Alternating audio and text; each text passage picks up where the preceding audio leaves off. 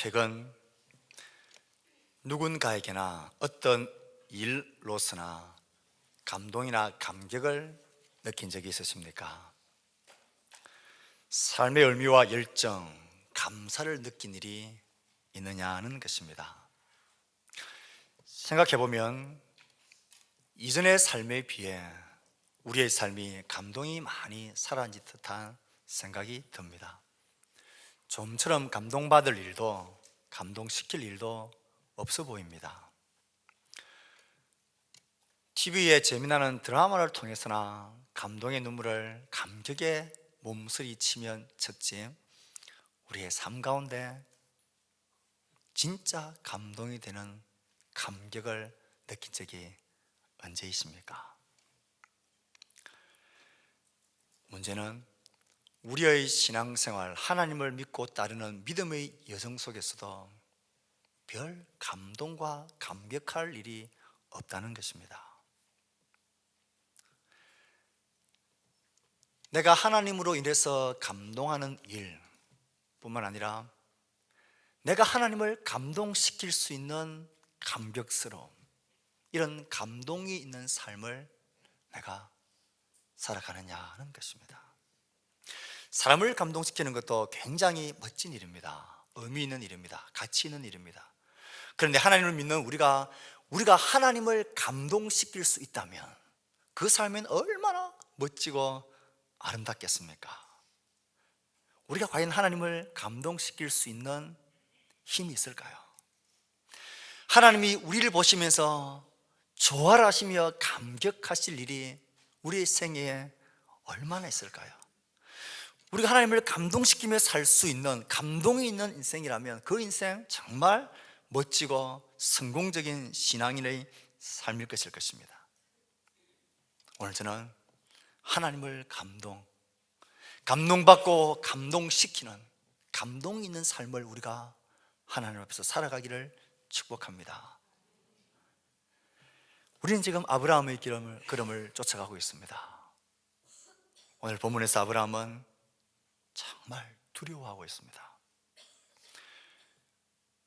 왜 아브라함이 이렇게 두려워하고 있습니까? 오늘 본문은 이렇게 시작합니다. 이후에 여호와의 말씀이 환상 중에 아브라함에게 임하여 이르시되 아브라함아 두려워하지 말아라. 아브라함아 무서워하지 말아라. 아브라함아 불안해하지 말아라. 아브라함아 두려워하지 말아라. 나는 너의 방패요 네가 받을 상이 크다 말씀하십니다. 아브라함은 지금 무척 두려워하고 있습니다. 불안해하고 있습니다. 아브라함이 불안해하고 두려워하게 된 이유가 무엇입니까? 이 일 후에라 그랬으니 이 일이 무슨 일입니까? 14장에 롯이 잡혀갔다는 소식을 듣고 아브라함이 밤에 사람을 거느리고 적군들, 연합군들을 공격했습니다. 그리고는 기적적인 승리를 쟁취하고 다 빼앗긴 것들을 찾고 사람을 찾아서 돌아왔습니다. 이 일 후라는 것입니다. 아침이 밝았습니다. 밤에 갑자기 공격을 받은 연합군들이 밤에는 정신을 못 차려서 우리가 무방비 상태로 공격을 받았지만 이제 다시 전열을 가다듬고 다시 군대를 모아서 아브라함을 공격해 온다면 아브라함은 속수무책일 것입니다. 아마 이것이 두려울 수도 있습니다. 전쟁은 치러놨고 일단은 승리를 했지만 언제 다시 공격이 쳐들어오게 될지 모르는 두려움 말입니다. 현실적인 두려움이 실제로 있었습니다. 하지만 본문을 읽다 보면 진짜 아브라함이 두려워한 진짜 이유가 있습니다. 그것은 하나님 때문입니다. 내가 하나님의 말씀을 쫓아서 따라온 지가, 고향을 떠나온 지가 10년이 지났는데 자식을 주겠다 하신 하나님이 자식을 줄 기미가 전혀 보이질 않는 것입니다.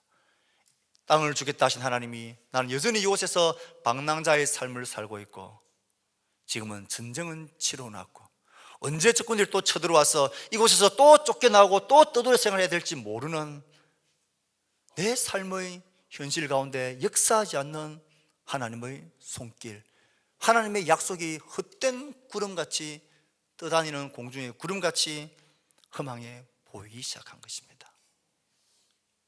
그것 때문에 두려웠습니다. 내 삶을 다 걸고 이 약속 하나 붙들고 여기까지 왔는데 정말 하나님은 못하는 거야. 10년이 지났는데도 자식을 주겠다는, 그것도 수없이 큰 민족을 주시겠다는 하나님의 약속이 이루어질 기미는 아무것도 보이지가 않았습니다. 그렇게 두려워하고 있는 아브라함에게 하나님 찾아와서 두려워하지 말라, 내가 너의 방패가 되고 네가 받을 상급이 클 거다. 심통이 난 아브라함이 하나님께 원망 섞인 탄식으로 말하는 분위기입니다. 하나님, 저에게 무엇을 주시겠다고 이럽니까? 저에게 자식이 아직 없습니다. 저의 재산을 상속받을 자식이라고는 이 다메섹 사람, 우리 집에 길렀던 종 엘리에셀 뿐입니다.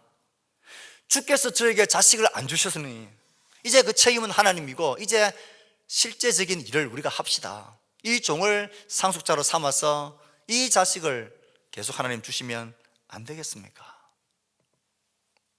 원망 섞인 탄식이자 초조함과 체념과 한숨이 있는 말입니다. 하나님 기다리다가는 안 되니까 하나님 그냥 이렇게 합시다, 그냥 제 뜻대로 합시다. 하나님도 편하고 저도 좋고 사람들 다 지금 그렇게 하지 않습니까? 하나님 그렇게 해요. 더 이상 나는 하나님 말만 믿고는 못 기다리겠습니다. 저한테 물으시면 안 됩니다. 하나님 주시겠다 하신 하나님이 아직 자식을 주지 않았잖아요. 10년 기다렸으면 하나님 많이 기다렸잖아요. 저한테 물하지 마시고 이제 여기서 속된 말로 소부를 보자는 것입니다.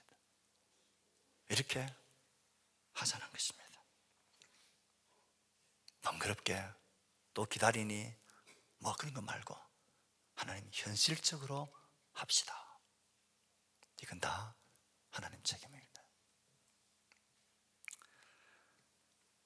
저를 비난할 생각도 마시고 오래 참고 기다렸습니다. 할만치 했다고요. 하나님을 향한 원망과 탄식들, 역사하지 않는 하나님에 대한 초조함과 한숨이 배어난 말입니다. 계속되어지는 말씀 속에 땅에 관한 것도 마찬가지였습니다. 하나님 주시겠던 그 땅을 우리가 차지하게 될 그것을 내가 어떻게 알겠습니까? 지금 내 손에 땅 한 평 없고 내 이름으로 등기된 땅 한 조각 없는데 그 동서남북 그 수많은 땅을 하나님 내가 차지하게 되겠다라는 증거와 확실한 게 도대체 하나님 뭡니까? 지금 제가 불안하게 있는 것 하나님 안 보이십니까? 방랑자로 살아온 내 삶이 안 보입니까? 눈 있으면 제발 좀 보세요. 현실적인 삶의 문제에서도 하나님과의 신앙적인 관계 속에서도 지금 아브라함은 원망과 두려움과 불안 속에 휩싸일만 합니다. 내가 언제까지 버텨낼 수 있을까? 정말 내가 바르게 믿고 따라온 것일까? 이렇게 살아도 괜찮을까? 두려움이 엄습한 것이죠. 이 아브라함의 모습과 동시에 대조되어지는 본문 전체에서 흐르는 하나님의 모습을 보십시오. 하나님은 아브라함을 먼저 찾아오셨습니다. 지금 아브라함이 어떤 마음으로 두려워하고 있는지를 아셨습니다. 저희가 지금 어떤 심령으로 마음의 갈등을 입고 있는지를 아셨습니다. 어떤 마음이 속에서 지금 올라오고 있는지를 하나님은 아셨습니다. 그래서 하나님이 먼저 아브라함을 찾아오셔서 아브라함아 두려워하지 말아라, 나는 너의 방패고 너가 받을 상급이 지극히 클 것이다 말씀하십니다. 오늘 본문 전체에서 여호와께서 이르시되 주님께서 말씀하셨다라는 단어가 8번이나 나옵니다. 아이를 달래는 부모의 심정으로 하나님이 그에게 찾아오시고 설득하시고 설명하시고 이해시키시고 확신을 시켜주시고 격려를 시켜주시고 하나님을 향한 믿음을 일으키려고 하나님은 많은 방법을 동원하십니다. 치과에 아이들이 가는 것을 무서워하지 않습니까? 겨우겨우 치과문에 데려갔다 할지라도 그 기계 소리에 때문에 아이들이 거의 기겁을 하지 않습니까? 그때 어떻게 아이를 우리가 설득합니까? 괜찮다 아빠 손잡아라 하다 안 되면 아이를 앞에 앉히고 같이 들어 눕지 않습니까? 그래서 아이를 치료받게 하지 않습니까? 지금 불안해하고 두려워하고 있는 아브라함을 향한 하나님 아버지의 모습이 꼭 그와 같습니다. 말끝마다 하나님께서 먼저 말씀하시면서 그를 찾아와서 말씀하십니다. 말로만 안 되니까 하나님이 이제 그를 잡아서 데리고 밖으로 나갑니다. 그리고는 하나님이 우주쇼를 펼치십니다. 눈을 들어 저 하늘을 바라봐라. 저 뭇별을 셀 수 있다면 너 세어봐라. 너의 자손이 이와 같이 될 것이다. 생각하건대 그때 하늘은 달이 자취를 감추었을 것입니다. 구름 한 점 없었을 것입니다. 천지창조 이후로 사람이 눈으로 볼 수 있는 가장 아름다운 하늘을 하나님은 펼쳐놓으셨습니다.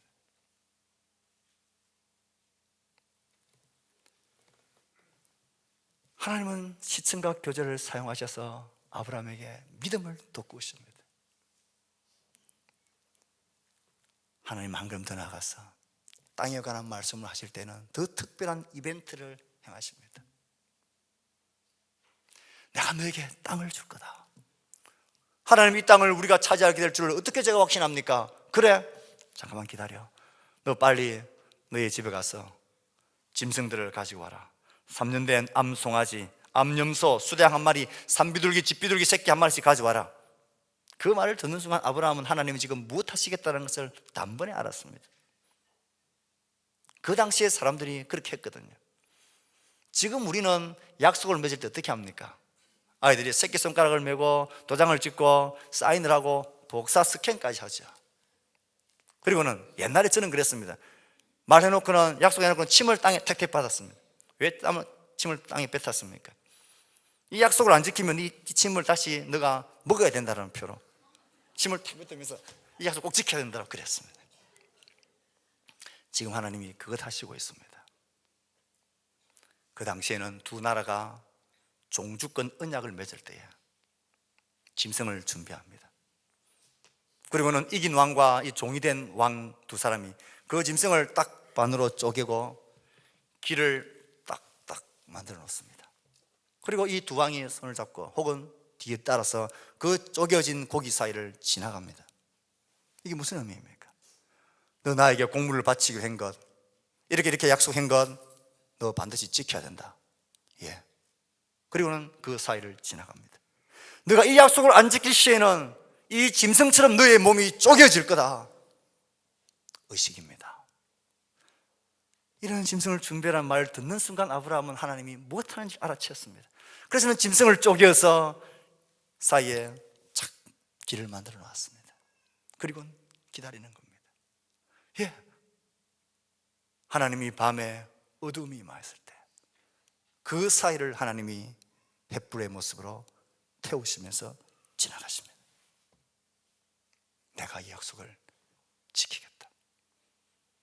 너에게 땅을 주기로 한 이 약속을, 지금 너의 이름으로 등기된 땅 하나 없지만 나를 믿어라.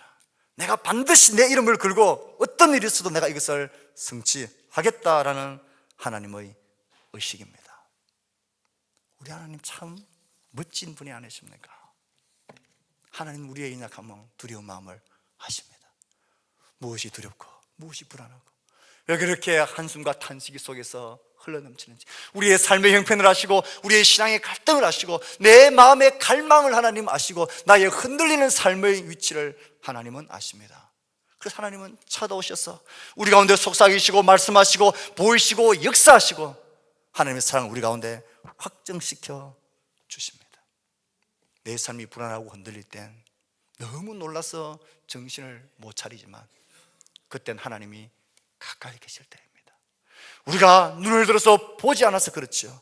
우리가 귀를 기울여서 듣지 않아서 그렇죠.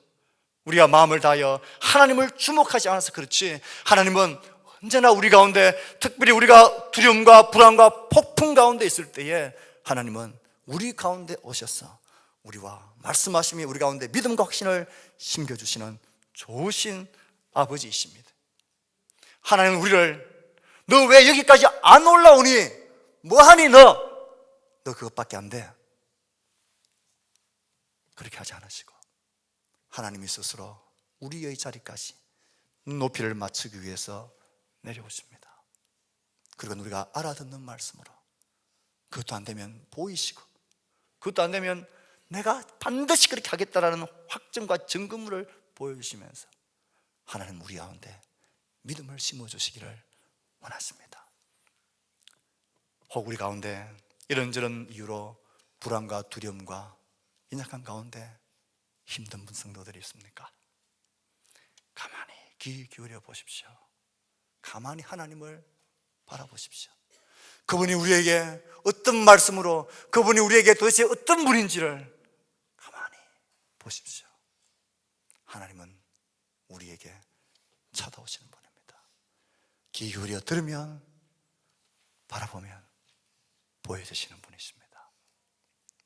우리를 찾아오신 하나님이 여러분 모두의 심령 가운데 평안과 믿음으로 임하시기를 축복합니다. 하나님께서 이 쭉 행하시는 이 말씀들을 보면, 하나님 행하시는 이런 일들을 보면 모습이 참 놀라운 말씀입니다. 저는 오늘 이 15장의 말씀을 보면서 정말 손뼉을 쳤어요. 손뼉을 지금 여러 번 쳤습니다. 무엇보다도 하나님과 아브라함의 모습이 서로가 서로에게 감동을 주는 모습인 거예요. 하나님은 아브라함 때문에 감격하셔가지고 감동을 먹으셔가지고 하나님이 막 어쩔 줄 몰라시는 그런 모습으로 저에게는 보였어요. 하나님이 아브라함에게 또한 감동과 감격을 주시는 모습이 이게 말씀 속에 고스란히 드러나는 거예요. 사실 한 발자국 물러서서 하나님과 아브라함의 대화를 보면 참 뜬구름 없는 소리를 하고 계십니다. 자식을 줄 것을 어떻게 할 겁니까? 그러니까 하나님이 데리고 가서 하늘을 보며 말합니다. 저 하늘의 많은 별들처럼 너의 자손도 그렇게 될 거다. 하나님, 하늘에 있는 별 말고 지금 땅에, 지금 내 삶 가운데 하나님, 아내가 임신을 하든지 갑자기 뭐 헛구역질을 하든지 뭐 하나님 그런 것 좀 보여주세요. 그런데 하나님은 하늘을 보라고, 저 하늘에 있는 하늘을 보라고 뜬구름 잡는 소리를 하고 있습니다. 땅에 관한 이야기는 더 가관입니다. 땅을 주시고서 어떻게 합니까? 그래? 의식을 행하시면서 하나님은 말씀하십니다. 400년 후에, 몇 년 후에요? 400년 후에 너희의 자손들이 많아질 것인데, 다른 나라에서 너희 자손들이 고난을 받다가 400년이 지나면 그때 이 땅에 너희 자손들이 돌아올 거다. 4대가 지나야 이 자손들이 이 땅을 차지할 거다. 너는 편안하게 살다가 죽고 없을 거다. 400년 후에 내가 이 땅을 줄 거다. 만약 여러분이 아브라함이었다면 하나님 지금 장난하십니까? 400년 후에 내가 살아 없을 그때 나는 모릅니다. 하나님, 지금 이 순간 내 삶이 있는 이 땅, 이곳에 내 이름으로 된 한 평의 땅이라도 하나님 주셔야죠. 그래야 내가 기뻐할 겁지요. 하나님, 400년 후에 될 일 지금 무슨 소리를 하십니까? 하나님, 뜬구름 잡는 말씀을 하나님이 하십니다. 그런데 기가 막힌 사실은 이 하나님이 하시는 말씀을 아브라함이 듣고는 그 하나님을 믿어버립니다. 와, 하나님 자손을 주실 겁니까? 무엇으로 할까요? 그래, 너 이리 나와봐. 그리고는 하늘을 가리키십니다. 제가 말씀드렸다시피 저 하늘, 뭇별같이 너 저 하늘의 별을 셀 수 있으면 한번 세어보아라. 내 자손들이 이와 같을 것이다. 저는 이 말씀을 묵상하고 이 말씀을 생각하는데, 하나님께서는 아마 그날 밤에 천지가 창조되어진 이후에 가장 아름다운 하늘을 준비하셨을 것입니다. 가장 멋진 우주쇼를 하나님은 준비하셨을 것입니다. 모든 별들을 가장 빛나는 모습으로, 빛나는 위치와 각도에 아브라함의 눈에 감탄할 수밖에 없는 그 놀라운 하늘 쇼를 하나님은 펼치고 준비해 놓으셨습니다. 그리고는 보라는 것입니다. 너 저 별을 헤아릴 수 있느냐? 너 또 아니?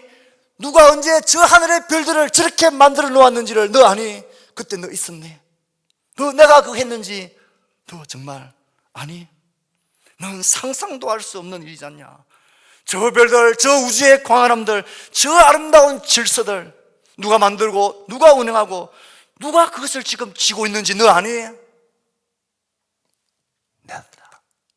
내가 그렇게 저 별들을, 그리고 내가 그렇게 저 별들을 지금도 운영하고 내가 했단다. 너희의 자손도 내가 그렇게 할 거야. 이 말을 아브라함이 믿어버렸습니다. 그 아름다운 하늘 무별을, 쏟아지는 별을 보면서 아브라함은 하나님의 영광스러움과 하나님의 실제 앞에 완전히 압도당해 버린 거예요. 와, 하나님, 저 하늘의 아름다운 우주를 만드신 하나님이시라면 하실 수 있겠네요. 어떻게 할지, 언제 할지, 어떤 방법을 할지는 모르겠으나 하나님이 하셨으면, 예, 하나님이 하실 줄을 제가 믿습니다. 믿음으로 그 일에 동참해 버리는 거예요. 이것이 하나님을 감동받게 했습니다. 하나님이 아브라함에게 요구한 것은 아무것도 없습니다. 나를 믿으라는 것입니다. 아브라함이 여호와를 믿으니 여호와께서 이를 그의 의로 여기셨더라. 놀라운 하나님의 솜씨에, 하나님 자신의 능력에 우리가 할 수 있는 것은 감탄과 경배와 찬양으로 하나님이 하셨습니다, 예, 하나님은 하십니다, 하나님을 향한 믿음의 고백으로 동참하는 것밖에는 할 게 없습니다. 아브라함이 그 하늘을 보다가, 하나님, 저 북두칠성 저거 꼬리가 이쪽으로 휘어진 것 저거 별로 보기 안 좋은데 하나님, 저건 반대 방향으로 휘어지는 게 좋겠습니다. 그렇게 할 수 있는 성질의 것인가요? 아니죠. 우리 향한 하나님의 은혜와 우리 향한 하나님의 구속의 역사는 이와 같은 것입니다. 우리가 감히 상상할 수도 없고 이렇게 저렇게 해라고 손댈 것도 없고 하나 영향 미칠 것이 전혀 없는, 아니 할 수도 없는 저 하늘의 놀라운 일들을 하나님께서는 우리 가운데 행하셨습니다.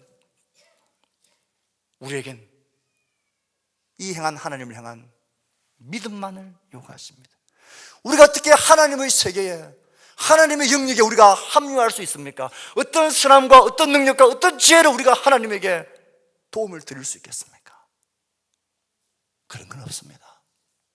그 멋진 하늘을 보며 감탄하고 찬양하고 경배하고 하나님의 솜씨를 고백할 것밖에 없는, 하나님을 향한 믿음의 고백밖에는 할 게 없는, 할 수도 없는 하나님을 향한 유일한 우리의 반응은 믿음입니다. 그래서 하나님이 그 믿음을 의로 여기시는 거예요. 얼마나 하나님이 그것 때문에 감격하시는지요. 감격하십니다. 하나님이 감동을 먹으신 거예요. 아브라함이 이 믿음으로 하나님을 감동하게 하셨습니다. 이 감동을 입은 하나님께서는 아브라함을 감동시키는데, 너가 나를 믿으니 이제 잘 봐라. 그리고는 하나님께서는 짐승을 갈라놓고 이 아브라함에게 내가 약속한 언약을 반드시 이룰 거다, 너가 나를 믿는 믿음을 내가 보았으니 내가 반드시 이룰 거다라는 그런 의식을 행하는데, 이 의식은 일반적인 의식과는 아주 독특한 다른 한 가지 특징이 있었습니다. 일반적으로 왕과 왕들이 언약을 맺을 때는 갈라놓은 짐승 사이를 두 상대방이 같이 지나갑니다. 우리 둘 중 하나라도 이 언약을 어기면 이 짐승과 같이 우리의 몸이 쪼개지고 죽어도 된다, 우리에게 이 일을 행해라, 그렇게 말하는 것입니다. 너는 나에게 조공을 바치고 한 조공을 지켜라, 나는 너를 침략하지 않고 보호해 주겠다라는 것을 나도 지키겠다. 함께 그 사이를 지나가면서 목숨을 걸고 언약을 맺는 것입니다. 그런데 이 언약을 맺는 의식 가운데 하나님은 아브라함을 동행하지 않으십니다. 하나님이 혼자 그 사이를 지나가시면서 내가 이 언약을 내 의지와 내 힘과 내 사랑과 내 은혜로 이루겠다라는 것입니다. 너는 나를 믿는 그 믿음으로 동참하기만 해라, 나를 믿기만 해라, 하나님 우리에게 요구하십니다. 그래서 하나님과 우리와 맺는 언약은 모든 것이 은혜 언약입니다. 하나님께서 일방적으로 우리 가운데 은혜를 베푸시는 것입니다. 그런 식으로 해서 하나님은 이스라엘 백성들을 만드시고 하나님의 백성들에게 땅을 주시고 이 놀라운 성취를 하나님이 이루어 가시는 것입니다. 다른 보정은 없다는 것입니다. 내가 하겠다는 것입니다. 너가 나의 이 일에 돕거나 뭐라 할 게 하나도 없다. 왜요? 우리가 할 수 있는 그런 영역의 것이 아니기 때문입니다.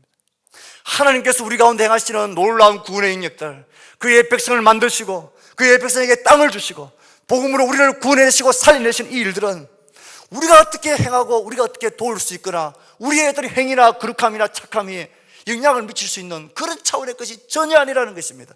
단지 우리에게는 하늘에 펼쳐진 저 하늘을 보며 경탄하는 것처럼 우리 가운데 베푸시는 하나님의 구원과 은혜의 역사 앞에 예 하나님이시구나, 그 하나님을 내가 믿습니다.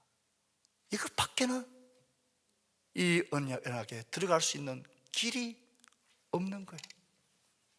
저는 이 말씀을 묵상하다가 사람이 믿음으로만 어렵게 된다라는 이 교리가 너무나 확실하게 제 가운데 깨달아졌습니다. 왜 하나님을 믿는 믿음만을 하나님 우리에게 보실까요? 누구든지 예수를 믿기만 하면 구원을 얻게 되는 걸까요? 하나님이 우리 가운데 구원을 이루시는 그 아들을 우리 땅에 보내시고 그 아들을 이 땅에서 고난받는 종으로 살게 하시고 그 아들을 십자가에 못 박아 피 흘려 죽게 하시고 죽음에서 구원해내시고 그를 성천시키시고 그에게 성령을 우리에게 보내주셔서 이 구원을 일으키시는 이스라엘의 백성, 아브라함의 자손이 아니라 참 이스라엘 백성을 만드는 이 하나님의 놀라운 구원의 일은 우리가 어떻게 참여할 수 있는 성질의 것이 전혀 아니라는 거예요. 그냥 하나님께서 행하시는 그 놀라움의 믿음으로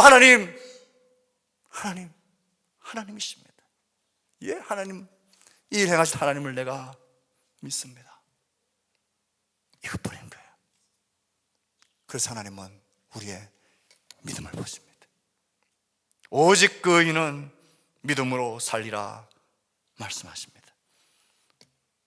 무슨 공로나 선함과 행함이 인양을 끼치거나 보탤 수 있다 없다라는 이런 성질의 것이 전혀 아닌 것입니다.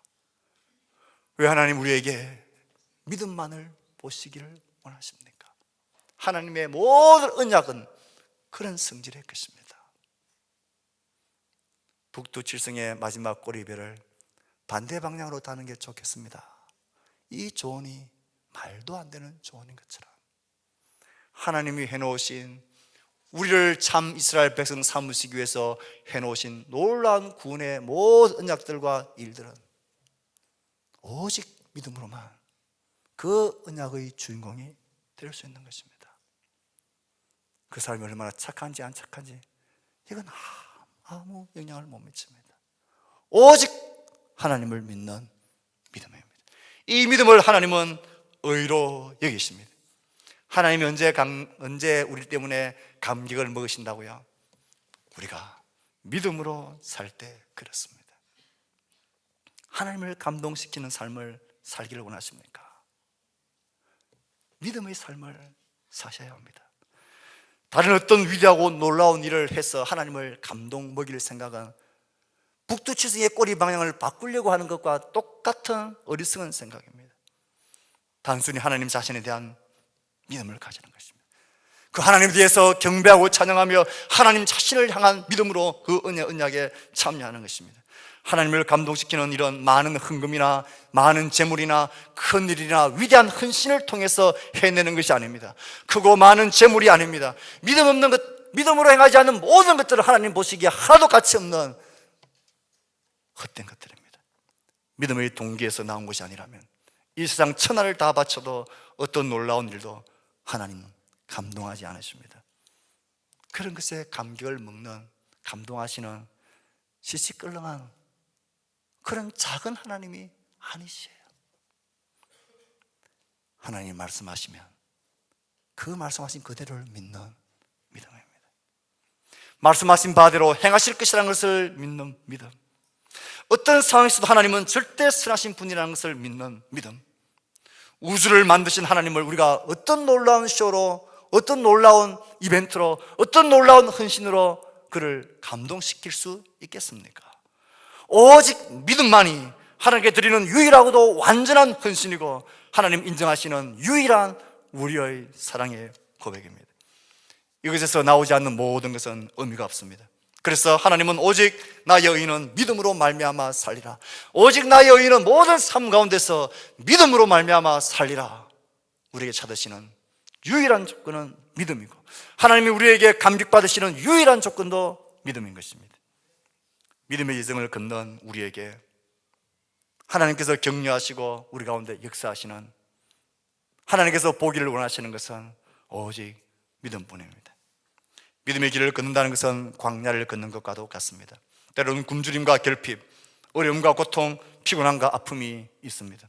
그럼에도 우리가 이 광야의 길을 두려움 없이 걸어갈 수 있는 것, 그곳 어딘가에 물이 있기 때문이 아닙니다. 그곳 어딘가에 숨겨진 음식이 있기 때문이 아닙니다. 그곳 어딘가에 우리를 돕는 다른 동료들이 있기 때문이 아닙니다. 그 광야의 길은 반드시 언제 어디서나 하나님이 함께 계시고 그의 말씀이 있다는 확신과 믿음 때문입니다. 하나님은 우리에게 말씀하십니다. 낮에와 밤의 달이 너를 상치 못하도록 나를 지키시겠다. 예, 어떤 상황 속에서 하나님이 나를 지키신다 하셨으니 그 하나님을 믿는 믿음으로 사는 것입니다. 감당할 시험 밖에는 허락치 않을 거고, 시험 당할 즈음에 피할 길을 내어서 감당하겠다 하셨으니 어떤 시험 앞에서도 두려워하지 않고 믿음으로 설 수 있는 것입니다. 나의 하나님이 그리스도 예수 안에서 영광 가운데 그 풍성한 대로 너희 모든 설 것을 채우실 하나님이 우리 가운데 계신다는 것을 믿는 믿음으로 사는 것입니다. 내가 결코 너희를 버리지 아니하고 떠나지 않으리라 하신 이 하나님을 믿는 믿음으로 사는 것입니다. 이렇게 믿음의 길을 걷다 보면, 주를 바라보고 걷다 보면 반석에서 물이 쏟아져 나오고 하늘에 감추인 만나를 보게 될 것이고 바닷속에 감추어진 마른 길을 걷게 될 것입니다. 하나님이 우리의 모든 것입니다. 하나님을 신뢰하고 믿음의 길을 포기하지 말고 담대함으로 걸어가십시오. 그것이 하나님이 우리의 삶을 통하여 감격하는 유일한 길입니다. 말씀을 맺습니다. 걷다가 힘들고 피곤하고 고달프면 여러분도 아브라함처럼 밖으로 나가서 하늘을 쳐다보십시오. 2000년 전에 아브라함이 보았던 그 하늘, 우리가 동일하게 봅니다. 2000년 전에 하나님이 아브라함의 손을 이끌고 밖으로 나가서 저 하늘을 뭇별을 보라고 말씀하시면서 손가락을 가르치는 그 하늘이 오늘 우리의 머리 위에 떠있는 그 하늘입니다. 하나님은 영원하십니다. 그 하나님은 변함없으신 분이십니다. 하나님을 향한 우리의 믿음만이 우리의 능력이고 하나님을 감격케 하는 우리의 삶입니다. 천지가 창조된 이후로 왜 저 하늘과 푸른 태양과 산과 바다는 그대로 있을까요? 변하지 않는 하나님을 우리 가운데 보여주시기 위한 하나님의 손길이고 하나님의 마음이지요. 힘들고 두렵고 내 마음이 아플 때 주의 말씀을 펴며 밖으로 나가 하늘을 바라보고 저 달과 별들을 바라보고 산을 바라보십시오. 그래도 내 마음이 평안이 없거든 새벽 그 어두운 밤에 빛나는 교회의 종탑 위 십자가를 바라보십시오. 내가 너를 얼마나 사랑하는지, 이 세상 모든 것을 다 주어도 내가 너를 바꿀 수 없는 그 사랑으로 내가 사랑한다는 정표가 언제나 십자가 위에서 빛나고 있지 않습니까? 우리한 하나님의 사랑입니다. 이 하나님을 향한 믿음만이 이 놀라운 영광의 길을 걷게 합니다. 사랑하는 성도 여러분, 삶의 모든 형편 가운데 믿음으로 사십시오. 오직 믿음만이 하나님을 감동케 만들고 하나님 우리를 감동케 하시는 것을 경험하게 되어지는 놀라운 능력의 길입니다. 이 믿음의 길을 걷기를 포기하지 않는 우리 온 성도들 될 수 있게